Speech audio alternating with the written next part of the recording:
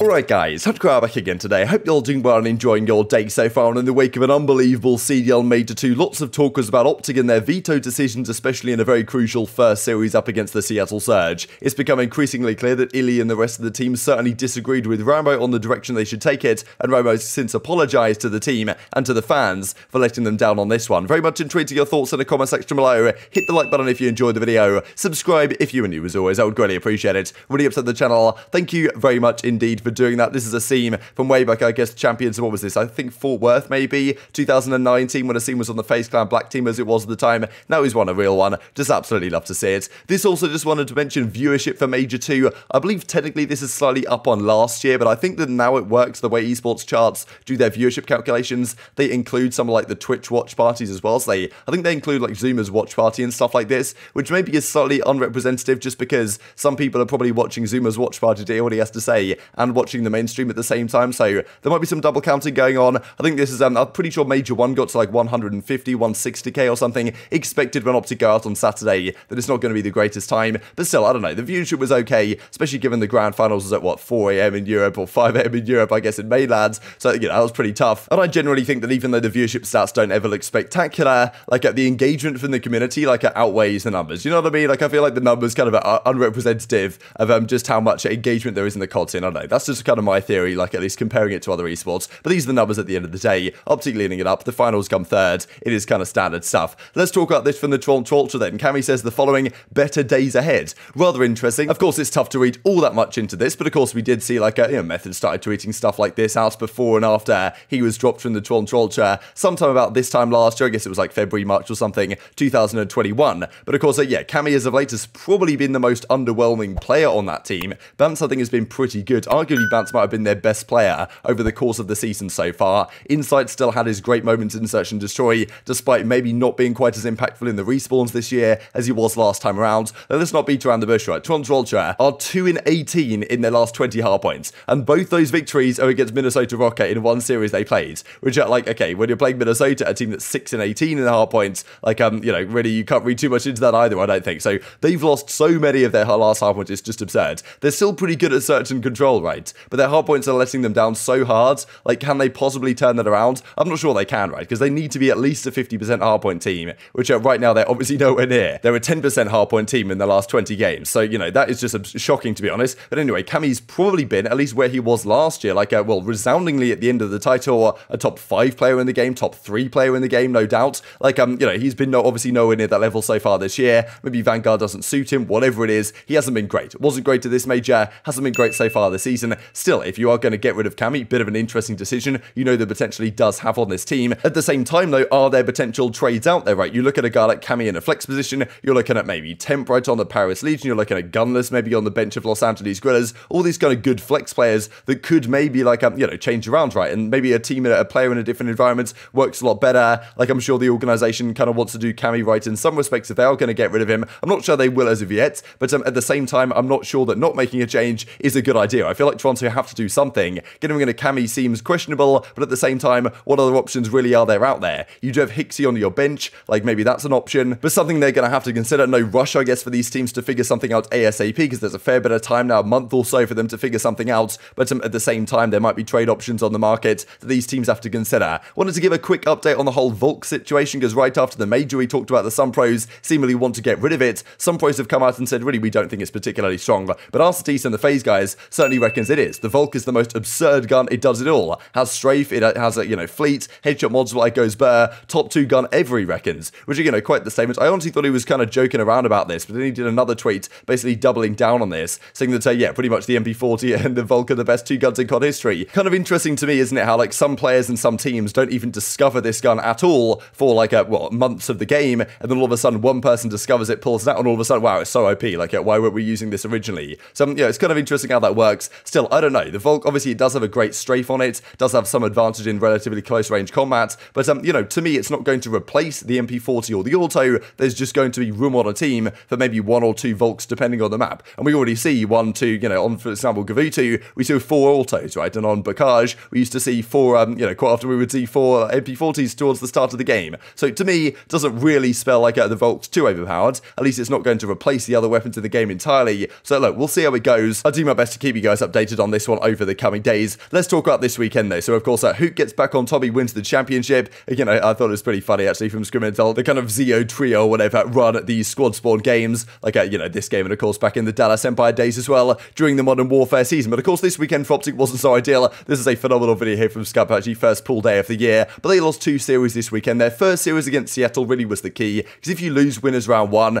eventually you're probably going to lose, unless of course you're Los Angeles Gunners and you make the crazy low bracket run all the way to win the championship. But you know, still, if you're Optic, they obviously lost first round, got 3-0'd by Seattle on arguably very questionable maps they decided to play, then dropped down to losers, beat the Minnesota Rocker, beat the Los Angeles Teams. But look at this guy, this guy's absolutely loving life right now. Then they lost to the Florida Mutineers to fall out of the tournament in that top 6 position. Get these 2 guys in a ring, who's coming out on top? That of course does remain to be seen. But yeah, Seattle Surge was kind of the questionable one, right? They played Bocage game 1 up against them, a map that they'd already lost to them, right, earlier on when they played them in their regular kind of stage matches that Seattle are very good at, right? Tends to be one of their best hardpoint maps, if not their best. Then they played a Tuscan Search and Destroy, where Seattle are also very good, and obviously had heavily counter-stratted and prepared for what Optic were bringing to the party. And then they played a Tuscan Control, where it's actually Seattle's best control map. They could have played a Gavutu, where Seattle are pretty terrible. They decided to play a Tuscan instead, where that's like their only good control map, right? And Optic got to choose the control because they were the higher seeds. So like all of these maps, I think, were pretty questionable, to be perfectly honest. The Tuscan hardpoint, understandable. The Desert Siege, they seem pretty confident on that one. But even then, right, like do you really want to play accuracy on Desert Siege? Gives them a lot of clutch opportunities. All across the board, I think some questionable vetoes here, generally coming out of the Optic guys. It was talked about at the time, okay, what went on here, who came up with these ideas, and it turned out after the fact that actually the players were not happy about this, and they didn't agree to this, they weren't on board with this, and Rambo had effectively, and maybe Sender as well, had come up with the vetoes by themselves. Hex actually kind of hinted at this on the Eavesdrop podcast a couple of days ago, when apparently after the series, the players came back, and the coaches came back, and the players were basically just saying to Rambo, kind of like, you know, why did you choose those maps? We wanted to do different maps, but like just maybe the way the veto system works, or like the way it's actually conducted, as when the, you know, when the coaches have to go off and do it, maybe they weren't really talking to the players at that point, or whatever the case was, something went wrong in terms of communication. The players, and I think,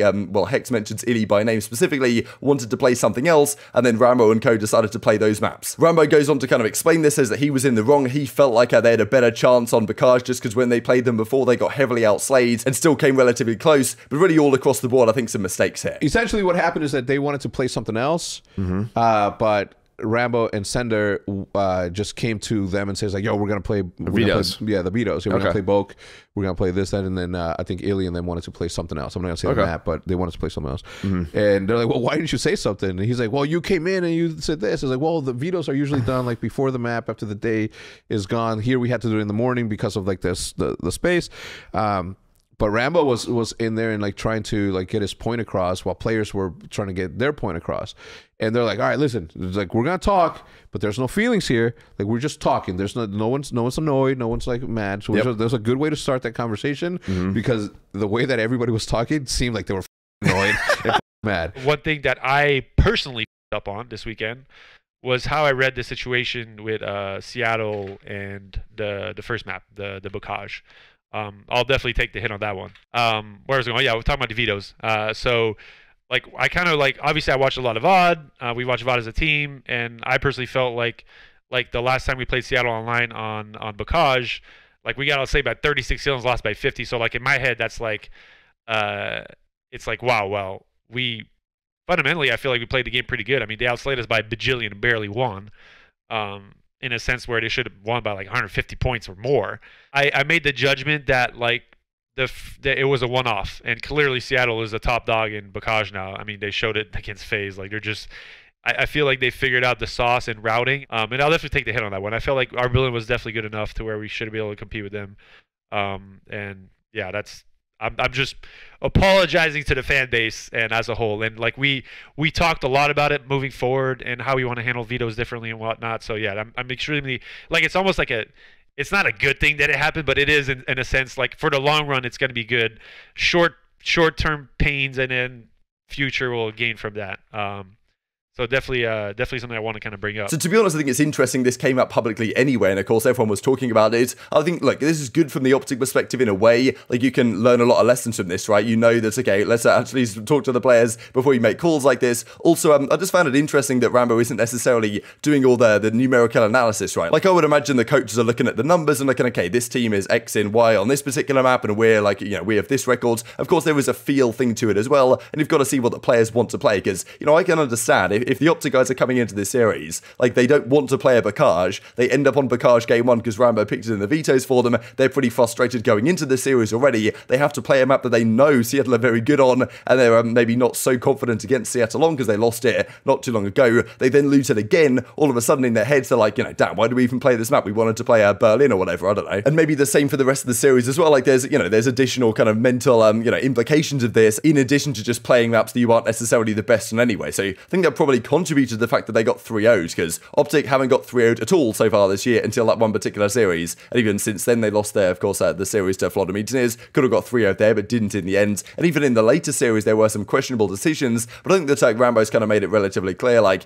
you know, they've learned from this, should be a good thing in the long run that they now understand how to communicate and do things better, but interestingly, we haven't really heard this discussion being had from other teams, maybe just because it's Optic, right, you hear more of this stuff and more of it gets publicized, but I was kind of surprised at the extent of this miscommunication, and Illy and the rest of the guys didn't seem happy about it, right? So I guess lessons learned from the Optic side, but still not something I'm sure they want to happen again. Couple of things to mention before we finish out the video. This actually from Hitch, because we're doing a mid-season break now, right? So Major 2 is over. March was unbelievably packed of Call of Duty every single weekend, from Major 1 straight into Major 2 qualifiers, all the way through to the end of the Major. But now we have a bit of a break. I'm pretty sure the Pro-Am begins on the 5th or something like that. It said it was going to be a LAN. I don't know so much about that anymore. It's up in the air right now, let's just say. But still, the mid-season break is going on, and as Hitch says, why is this not the perfect time to throw the first annual Call of Duty World Cup? This would be beautiful. We've talked about this for quite some time. I think, honestly, doing a World Cup either, I'm pretty sure Overwatch did this, right? Or something like that, which it makes me think that okay, Activision Blizzard, Overwatch, Call of Duty League, kind of the same thing. So,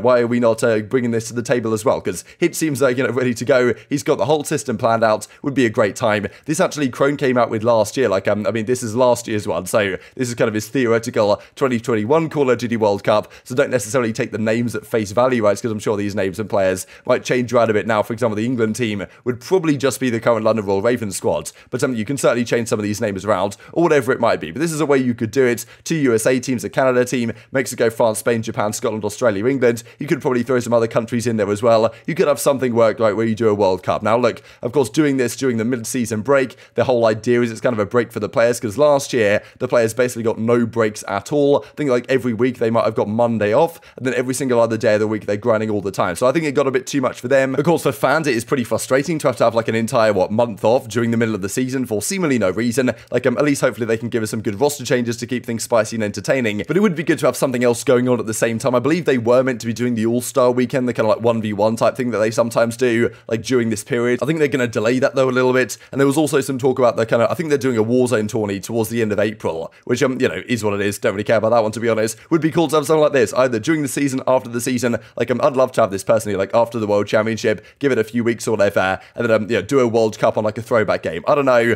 It's something they could do if they really wanted to. Just to finish out with this as well, this got 20k likes, so impressive stuff. Naked Girl can get thousands of likes. Having to get this poor game again. I'm pretty sure this meme has been around for years now, but maybe Hex stumbled across it and threw it out there once again. But very much intrigued to your thoughts on all this stuff in the comment section below. Hope you guys enjoyed the video. If you did enjoy it, hit on a like button. Tells the YouTube gods it's a good video. I was like you should see it as well. And I've grown the competitive Call of Duty community. Thank you much as always. Take care of yourselves, and I will see you next time.